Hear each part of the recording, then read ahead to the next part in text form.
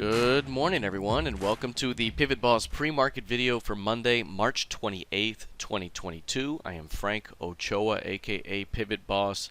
Here's a look at the daily time frame of the ES. You'll see right here the ES traded in mostly a narrow range in the previous week. You can see down here 5-day ADR, very narrow. That obviously came after this major explosive week of strength. That strength preceded also by this failed new low and an outside bar up. So a very solid move we've seen here out of the ES. And ever since we've gone back above the 8-period average, price has maintained a very safe distance above that 8-period average, never coming back to test it. So it shows how strong and bullish this move has been. The market remains within the bullish uptrend at the moment. One thing you'll want to keep an eye on is the previous week's high and close. If there's a rejection of those prices early in the day, that could open up a bit of a pullback to the weekly midpoint at 44.77. That's the previous week's midpoint. 44.77 could be a target here if we see rejection at the previous week's high. So we'll be watching that. But overall, any pullback of that magnitude could still be a buying opportunity for a swing move higher as this market continues to trend up until proven otherwise, at least in this short-term time frame. We do have the next major resistance coming up ahead. That's between 45.80 and 4600. That's going to be the next major target where we may see some larger or more significant rejection. Let's take a look now at the NQ. The NQ also showing compression of the price range here over the last week. That also came after the significant rally and the new lows for the year right here below the previous month's low, and that led to a nice rally. So a very solid move. Additionally, when you see here that 8-period average right there, price took that bid and has never come back to retest it. So like the ES, if there were to be some sort of pullback here, that could provide an opportunity for bulls to defend and push this thing to the next area of resistance up above, and that's going to be around the 15.1 to 15.250 zone. So we still have perhaps another 500 points from where we currently are to get from 750 up to about the 15.250 or 15.2 zone. So again, any pullback, say into 15.250 or 14.250 rather, could get you a plus 1,000 to 15.250. So again, we'll see how much, if at all, this market pulls back up ahead. But if any pullback is seen that takes out multiple day lows, we get a failed new low, that could provide a very nice continuation to the next area of resistance up ahead. And that's, of course, that analysis goes for both the ES and the NQ.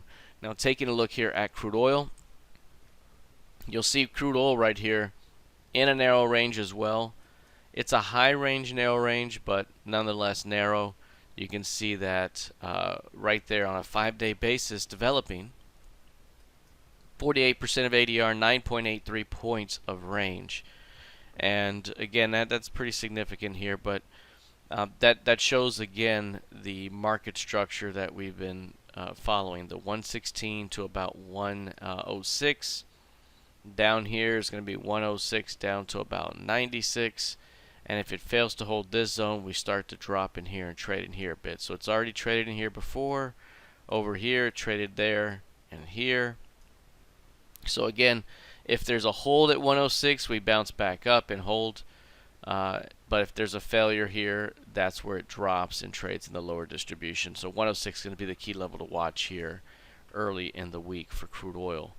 If we take a look at Bitcoin, Bitcoin's up 6.2% right now, a big time gap up in the futures, trading 47,430 right now, the highest levels of the year.